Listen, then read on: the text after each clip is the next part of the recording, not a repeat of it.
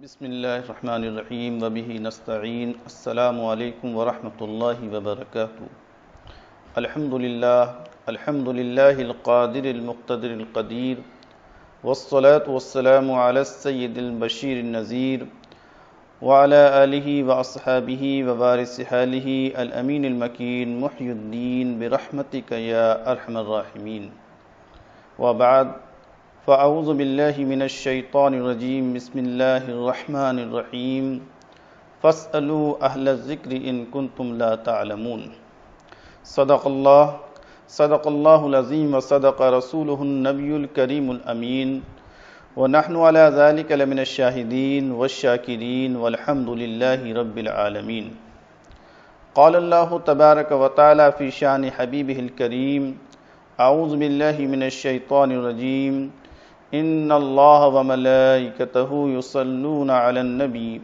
یا ایہا الذین آمنوا صلوا علیہ وسلموا تسلیما اللہم صلی وسلم وبارک علی سیدنا ومولانا محمد وعلی آلہ واصحابہ اجمعین۔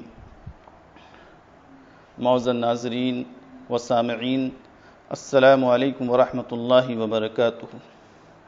رب کائنات کا لاکھ لاکھ شکر و احسان ہے کہ اس نے ہمیں ایک بار پھر یہ موقع عنایت فرمایا کہ ہم اس کے شریعت کو جانیں، سیکھیں اور اس پر عمل کرنے کی کوشش کریں۔ آپ کے مسائل اور ان کا شرعی حل اس پروگرام میں ایک بار پھر ہم حاضر خدمت ہیں۔ بڑی خوشی اور سعادت کی بات ہے کہ یہ پروگرام کافی سراہا جا رہا ہے، پسند کیا جا رہا ہے۔ اللہ تبارک و تعالی ہمیں شریعت کو جاننے، سمجھنے اور اس پر عمل پیرا ہونے کی توفیق عطا فرمائے اور اسے ہمارے لیے ذریعہ نجات بنائے۔ آئیے آپ کے سوالات کے جوابات کی طرف رخ کرتے ہیں۔ عبد القادر صاحب یہ مہاراشٹر کے رہنے والے ہیں۔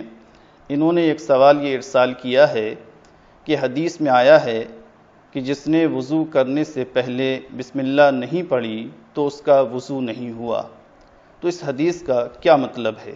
کیا بسم اللہ پڑھنا فرض ہے؟ دیکھیے، اس سوال کا جواب یہ ہے کہ دراصل وضو کرنے سے پہلے بسم اللہ پڑھنا مستحب ہے۔ اگر بسم اللہ پڑھنا بھول گئے تب بھی وضو ہو جائے گا۔ حدیث میں آتا ہے کہ کوئی بھی محتمم بالشان کام کرنے سے پہلے بسم اللہ پڑھی جائے۔ کل امر ذی بال لم یبدأ بسم اللہ فہو اقطع، او کما قال رسول اللہ صلی اللہ تعالی علیہ وسلم، کہ جس نے کوئی کام شروع کیا، محتمم بالشان کام ہے اور اس کی ابتدا میں بسم اللہ نہیں پڑھی تو وہ کام ناقص رہتا ہے۔ اب ہم اللہ کی عبادت کے لیے وضو کر رہے ہیں تو وضو کرنے سے پہلے بسم اللہ پڑھنا مستحب اور بہتر ہے۔ اب جو حدیث آپ نے پیش کی، یہ حدیث صحیح ہے کہ لا وضوء لمن لم یسم اللہ، کہ جس نے بسم اللہ نہیں پڑھی، اللہ کا نام نہیں لیا، اس کا وضو نہیں ہوا۔ فقہاء کرام نے اور محدثین نے اس حدیث کی یہ تشریح فرمائی ہے کہ اس سے وضو کی صحت کی نفی نہیں ہے کہ وضو ہی نہیں ہوا، بلکہ فضیلت کی نفی ہے۔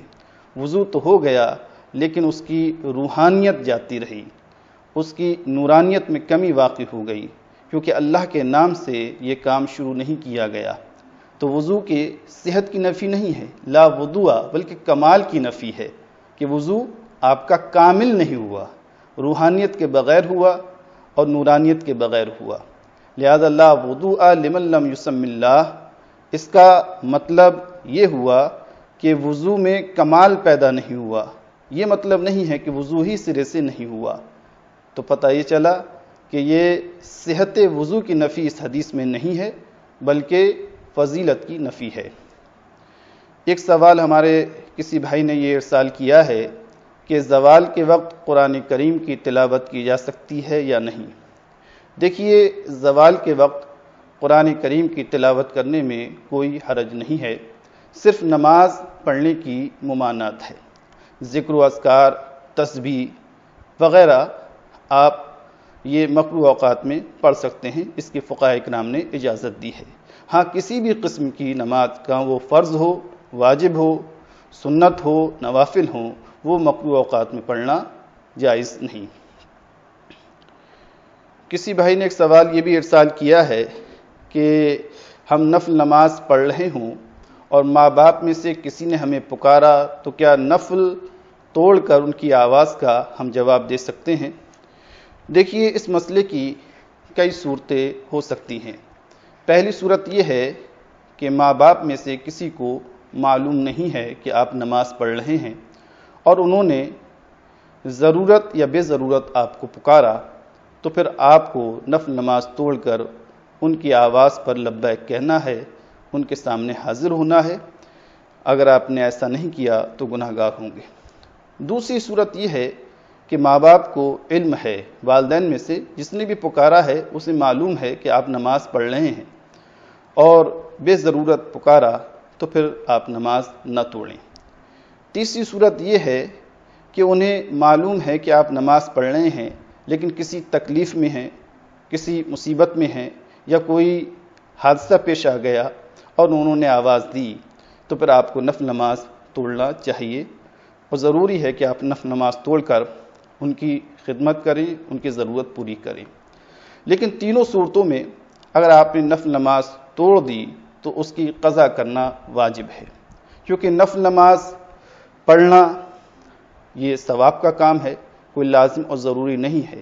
نفل اس وقت تک نفل ہے جب تک آپ نے شروع نہیں کیا ہے، لیکن جب کوئی کام نفلی آپ نے شروع کر دیا تو انجام تک پہنچانا ضروری ہے۔ لہذا قرآن شریف میں آیت مبارکہ ہے کہ لا تبطلوا اعمالکم، اپنے اعمال کو برباد مت کرو، باطل مت کرو۔ اب نفل کی آپ نے ایک رکعت نماز پڑھ لی اور نماز توڑ دی تو یہ ایک رکعت نماز پڑھنا یہ باطل ہو جائے گا، اس لیے اس کی قضا کرنا آپ کو لازم ہے۔ بہر صورت آپ اگر نفل نماز توڑ دیں تو پھر اس کی قضا کرنا آپ کے ذمے لازم ہوگی۔ ایک سوال ہمیں یہ موصول ہوا ہے کہ کسی بھائی نے قرض دیا اور اس کی مالیت 2 لاکھ روپے ہے اور چند سال تک اس نے یہ قرض ادا نہیں کیا، تو اس کی زکوٰۃ کس پر لازم ہوگی، قرض دینے والے پر یا قرض لینے والے پر؟ دیکھیے، صورت مسئلہ میں جو پیسے کا مالک ہے، جس نے قرض دیا ہے، اس کے ذمے زکوٰۃ کی ادائیگی لازم و ضروری ہے، قرض لینے والے کے ذمے زکوٰۃ نہیں ہے۔ اگر آپ نے 2 لاکھ روپے کسی کو قرض دے دیے ہیں اور اس نے چند سال کے بعد ادا کیے، تو کیونکہ آپ مالک ہیں، آپ کی ملکیت میں پیسے ہیں، لہذا اس کی زکوٰۃ آپ نکالیں گے۔ چند سال کے بعد آپ کو موصول ہوئے ہیں تو گزشتہ سالوں کی زکوٰۃ ادا کرنا آپ کے ذمے لازم ہوگی، لیکن فی الفور اس پیسے کی زکوٰۃ آپ کے ذمے نہیں ہوتی ہے جب تک وہ آپ کو وصول نہ کر لے۔ اگر آپ نے پیشگی اس پیسے کی زکوٰۃ ادا کر دی تب بھی ادا ہو جائے گی، اور اگر پیشگی ادا نہیں کی، چند سال کے بعد وہ پیسہ آپ کو ملا، تو پچھلے سالوں کی زکوٰۃ بھی ادا کرنا آپ کے ذمے لازم ہے، کیونکہ مال کے آپ مالک ہیں، وہ مقروض ہے، وہ قرض دار ہے، وہ اس کی زکوٰۃ ادا نہیں کرے گا۔ زکوٰۃ کی ادائیگی کے لیے یا وجوب کے لیے یہ ضروری ہے کہ آدمی صاحب نصاب ہو، مال اس کی ملکیت میں ہو اور اس کے قبضے میں ہو۔ اگرچہ اس صورت میں مال اس کے قبضے میں نہیں ہے، اگر قبضے میں ہوتا تو بالفور زکوٰۃ کی ادائیگی لازم ہوتی، جب قبضہ نہیں ہے، جب پیسے آپ کو ملیں گے تب ادائیگی کرنا ضروری ہوگا۔ فرمان قادری بدایوں کے رہنے والے ہیں، انہوں نے ایک سوال یہ کیا ہے کہ اگر کوئی شخص کچھ وقت پہلے ہی صاحب نصاب ہوا ہے، اس کے مال پر سال نہیں گزرا، تو کیا اس پر قربانی واجب ہے؟ جی ہاں، اس پر قربانی واجب ہے۔ اس کی تفصیل یہ ہے کہ اگر کوئی شخص قربانی کے ایام میں صاحب نصاب ہوا، اس پر قربانی کرنا واجب ہوگا۔ مال پر سال کا گزرنا قربانی کے وجوب کے لیے ضروری نہیں ہے۔ حولان حول کی شرط جو فقہاء کرام نے لگائی ہے کہ 1 سال مال پر گزر جائے تو یہ زکوٰۃ کے وجوب کے لیے ہے، قربانی کے وجوب کے لیے نہیں ہے۔ قربانی کے جو ایام ہیں 10 ذی الحجہ، 11 ذی الحجہ اور 12 ذی الحجہ، ان میں سے کسی بھی دن اگر آپ کے اندر قربانی کے وجوب کے شرائط پائے جا رہے ہیں اسی دن آپ صاحب نصاب ہوئے ہیں تو آپ پر قربانی کرنا لازم و ضروری ہے، مال پر سال کا گزرنا ضروری نہیں ہے۔ کسی بھائی نے ایک سوال یہ ارسال کیا ہے کہ کسی گھر میں چند کمانے والے ہیں اور وہ سب صاحب نصاب ہیں، اس کے باوجود سب مل کر ایک بکرے کی قربانی کر دیتے ہیں، تو کیا یہ ان کی جانب سے قربانی ادا ہو گئی؟ دیکھیے، اس مسئلے کا شرعی جواب یہ ہے کہ کسی گھر میں اگر چند لوگ صاحب نصاب ہیں پھر بھی انہوں نے مل کر ایک بکری قربانی کر دی تو کسی کی جانب سے یہ قربانی ادا نہیں ہوئی، کیونکہ ہر صاحب نصاب پر مستقل طور پر قربانی واجب ہے، اسے اپنی جانب سے قربانی کرنا ضروری ہے۔ ہاں، یہ ہو سکتا ہے کہ کوئی بڑا جانور لے لے اور اس میں شریک ہو جائیں، مثلا بھینس آپ نے لے لی اور اس میں 7 حصے کر لیے تو یہ قربانی سب کی جانب سے ادا ہو جائے گی، لیکن کسی چھوٹے جانور پر صرف ایک ہی جانب سے قربانی ادا ہوگی، اور اگر چند لوگ اس میں شریک ہو گئے تو پھر کسی کی جانب سے قربانی ادا نہیں ہوگی۔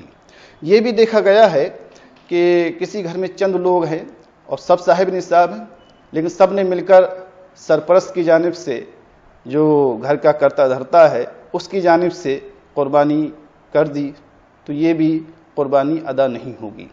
جو بھی 7.5 تولے سونا یا 52.5 تولے چاندی یا اس کی رقم کا مالک ہے، وہ اس کی ملکیت میں ہے، اس پر قربانی واجب ہے۔ اب چند گھر میں ایک فرد صاحب نصاب ہو تو اس پر لازم ہوگی، اور چند افراد خواہ مرد ہو یا عورت اگر وہ صاحب نصاب ہیں، وہ مستطیع ہیں، غنی ہیں، تو ان سب پر قربانی کرنا لازم و ضروری ہے۔ حسن صاحب نے دہلی سے ایک سوال ارسال کیا ہے، وہ اس میں لکھتے ہیں، مجھے سورہ اخلاص کا مطلب جاننا ہے، اس کا ترجمہ اور تفسیر کیا ہے؟ دیکھیے، اللہ تبارک و تعالی قرآن کریم میں ارشاد فرماتا ہے، اعوذ باللہ من الشیطان الرجیم، قل هو اللہ احد۔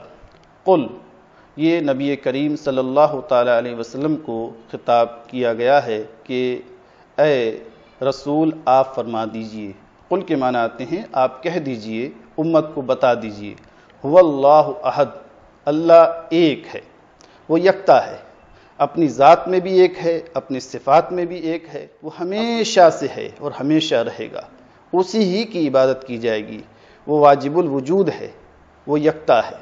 قل هو اللہ احد، اللہ ایک ہے، واحد، اور احد کا مطلب ایک کے آتے ہیں۔ ہم اللہ وحدہ لا شریک کی عبادت کرتے ہیں، وہ ایک ہے، ہمیشہ سے ہے اور ہمیشہ رہے گا۔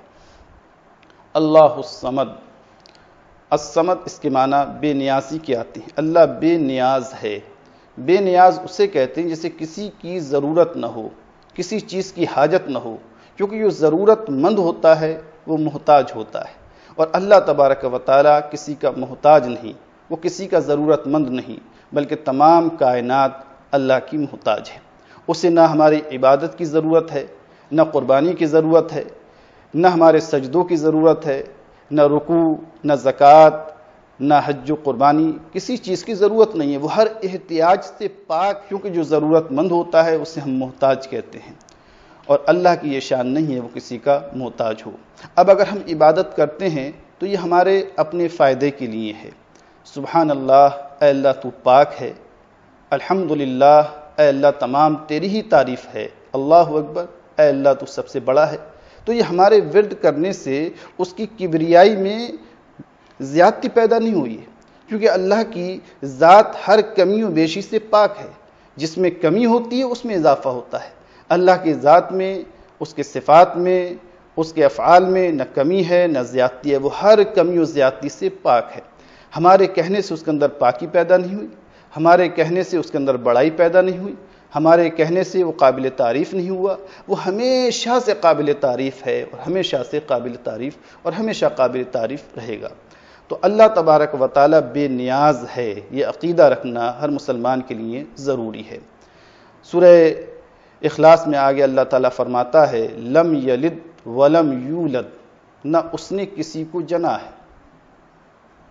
نہ وہ جنا گیا ہے، نہ اس کا کوئی بیٹا ہے، نہ بیٹی ہے، نہ اس کی بیوی ہے، وہ یکتا ہے، تمام کائنات اس کی مخلوق ہے، اس نے پیدا کیا ہے، ہم سب اس کے مملوک ہیں، ہم سب اس کے بندے ہیں۔ کوئی بیٹا بیٹی اللہ تبارک و تعالیٰ کی نہیں ہے، نہ وہ کسی سے جنا گیا ہے، نہ اسے کسی نے جنا ہے۔ وَلَمْ يَكُنْ لَهُ كُفُوًا أَحَدٌ، اللہ جو ہے بے مثل ہے، اس کی طرح کوئی چیز نہیں ہے، اس کی مثال پیش نہیں کی جا سکتی، وہ نور ہے۔ حافظ راشد صاحب نے ایک سوال یہ ارسال کیا ہے، وہ پوچھ رہے ہیں کہ واجب الوجود کے کیا معنی ہیں، اس کی تشریح فرما دیجیے۔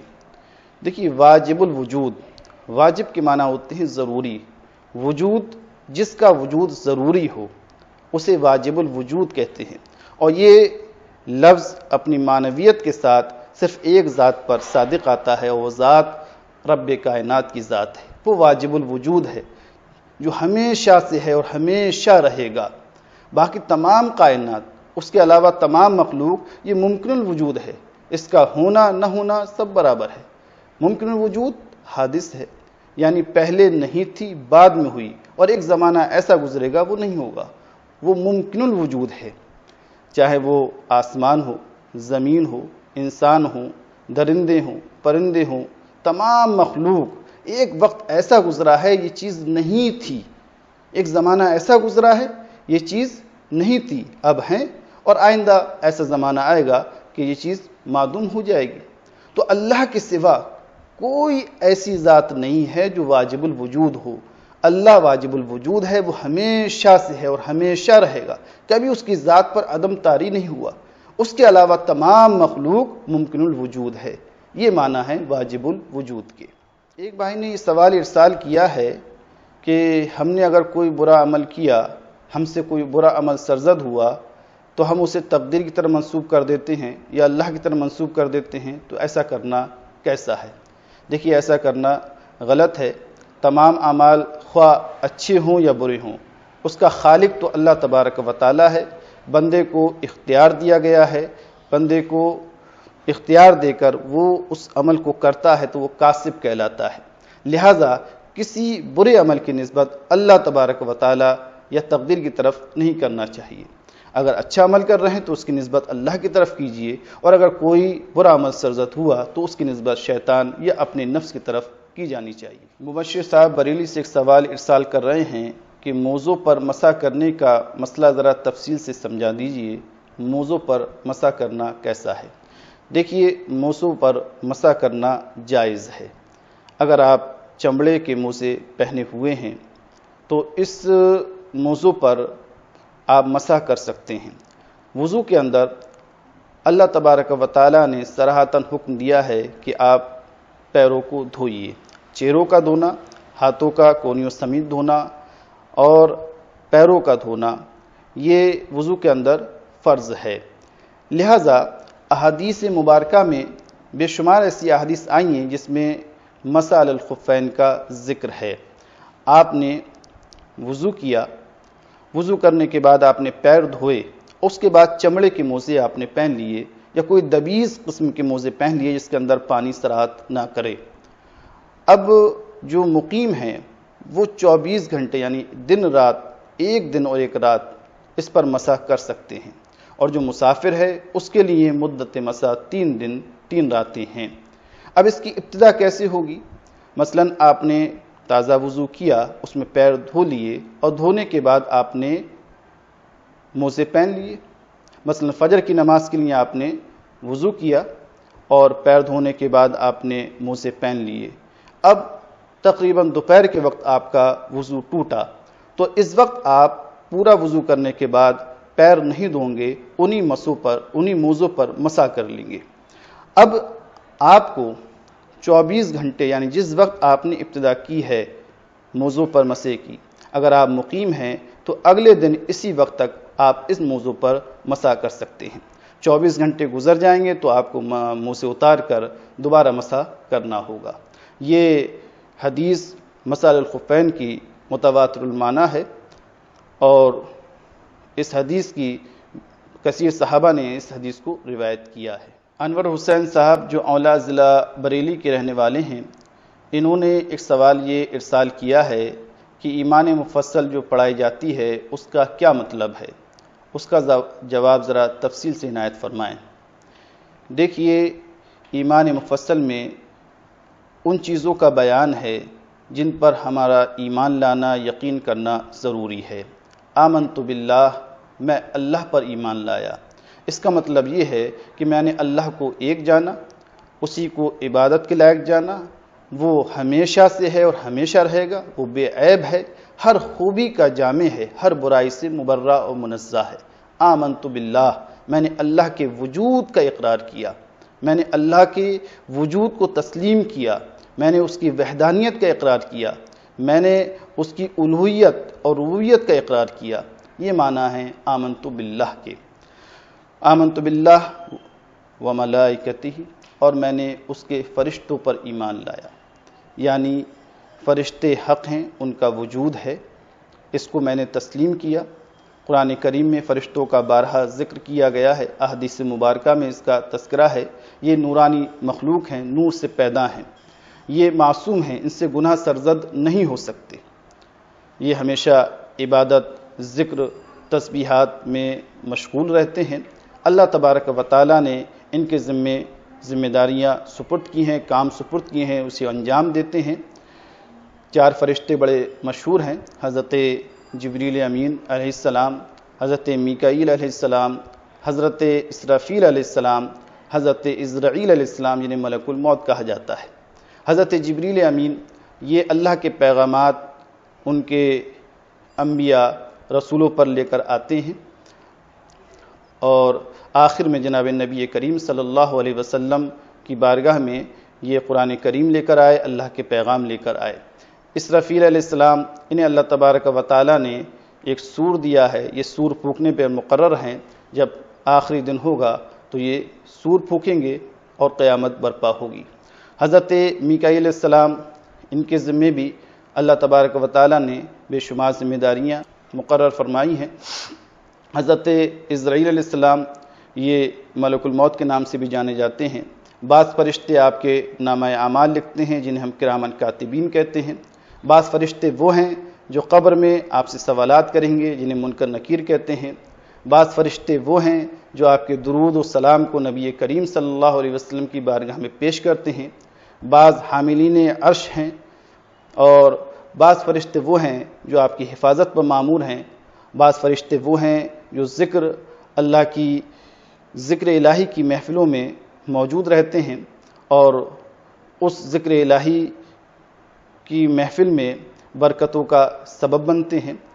یہ ان میں نسل نہیں چلتی، یہ نہ مرد ہیں نہ عورت ہیں، اللہ تبارک و تعالیٰ نے انہیں نور سے پیدا کیا ہے، تو ان کا وجود تسلیم کرنا، ان کو ماننا یہ ضروری ہے۔ آمنت باللہ و ملائکتہ و کتبہ، اور میں اس کی کتابوں پر ایمان لایا۔ اللہ رب العزت نے اپنے بندوں کی ہدایت کے لیے، رہنمائی کے لیے کتابیں نازل فرمائیں۔ ان کتابوں میں اس نے بندوں کو زندگی گزارنے کا دستور عطا فرمایا کہ کس طرح زندگی گزارنا ہے۔ 4 کتابیں بڑی مشہور و معروف ہیں، اس کے علاوہ صحیفے بھی اللہ تبارک و تعالیٰ نے نازل فرمائے۔ 4 کتابوں میں قرآن کریم ہے، تورات ہے، انجیل ہے، زبور ہے۔ تورات حضرت موسیٰ علیہ السلام پر نازل کی گئی، انجیل حضرت عیسیٰ علیہ السلام پر نازل کی گئی، زبور حضرت داؤد علیہ السلام پر نازل کی گئی، اور قرآن کریم ہمارے نبی جناب محمد مصطفیٰ صلی اللہ تعالیٰ علیہ وسلم پر نازل کیا گیا۔ اب کوئی بھی کتاب سوائے قرآن کریم کے اپنی اصل شکل میں موجود نہیں ہے۔ باقی تمام کتابوں میں لوگوں نے تحریف کر لی، اس میں تبدیلیاں کر لیں، کیونکہ ان کی حفاظت کا وعدہ اللہ تبارک و تعالیٰ نے نہیں فرمایا تھا، لیکن قرآن کریم کی حفاظت کا وعدہ اللہ رب العزت نے فرمایا ہے۔ اب یہ قرآن کریم کی ہمیشہ قیامت تک باقی رہے گا، اسی کا قانون چلے گا، یہی شریعت نبی کریم صلی اللہ علیہ وسلم کی جاری و ساری رہے گی۔ تو آمنت باللہ و ملائکتہ و کتبہ و رسلہ، میں اس کے رسولوں پر ایمان لایا۔ اللہ نے اپنے بندوں کی ہدایت کے لیے رسول نازل فرمائے۔ ان کی تعداد کتنی ہے اس پر حتمی فیصلہ نہیں ہے، 1,24,000 2,24,000 کم و بیش انبیاء کرام نازل کیے۔ بعض کا ذکر قرآن کریم میں ہے، بعض کا تذکرہ احادیث مبارکہ میں ہے، اور بعض کا ذکر نہیں ہے۔ لہٰذا آپ کو یہ عقیدہ رکھنا ہے جتنے بھی اللہ نے رسول بھیجے ان سب پر ہمارا ایمان ہے۔ سب سے پہلے حضرت آدم علیہ السلام کو بھیجا اور سب سے آخر میں جناب محمد مصطفیٰ صلی اللہ علیہ وسلم کو نبی بنا کر بھیجا۔ آمنت باللہ و ملائکتہ و کتبہ و رسولہ والیوم الآخر، اور میں آخری دن پر ایمان لایا، یعنی قیامت پر ایمان لایا کہ ایک دن ایسا ہوگا ساری کائنات فنا ہو جائے گی، صرف رب کی ذات باقی رہے گی۔ کل من علیہا فان، ہر چیز فنا ہونے والی ہے۔ وَيَبْقَى وَجْهُ رَبِّكَ ذُو الْجَلَالِ وَالْإِكْرَامِ، صرف تیرے رب کی ذات باقی رہے گی جو عزت والی ہے، اکرام والی ہے، جلال والی ہے۔ تو ایک دن ایسا ہوگا یہ تمام کائنات فنا کر دی جائے گی، پھر اللہ تبارک و تعالی زندہ فرمائے گا اور سوال کیے جائیں گے، حساب و کتاب ہوگا۔ وَالْبَعْثِ بَعْدَ الْمَوْتِ، اس کا معنی کیا ہے کہ مرنے کے بعد دوبارہ زندہ کیا جانا ہے۔ یہ مسلمانوں کا حتمی عقیدہ ہے، یقینی عقیدہ ہے۔ اس میں جتنی باتیں بتائی گئی ہیں وہ یقینی ہیں۔ آمنت باللہ و ملائکتہ و کتبہ و رسلہ والیوم الآخر والقدر خیرہ و شرہ من اللہ تعالی والبعث بعد الموت، جو بھی اچھائی ہے یا برائی ہے یہ تقدیر کی طرف سے ہے، اس پر ہی ہمارا عقیدہ ہے کہ جو ہم کرنے والے ہیں وہ پہلے سے لکھ دیا گیا ہے، لیکن ہمیں اس پر مجبور نہیں کیا گیا۔ یہ اللہ کے علم میں موجود ہے کہ بندہ جیسا کرنے والا تھا اس کا پہلے سے تمام چیزیں لکھ دی گئی ہیں لوح محفوظ پر۔ والبعث بعد الموت، اور مرنے کے بعد دوبارہ ہمیں زندہ کیا جانا ہے، حساب و کتاب ہوگا، میزان قائم ہوگا، اور پھر اللہ تبارک و تعالی اس اعمال کے مطابق جیسا چاہے گا بندے کے ساتھ کرے گا، لیکن وہ عدل و انصاف قائم کرنے والا ہے، عدل و انصاف سے کام لینے والا ہے۔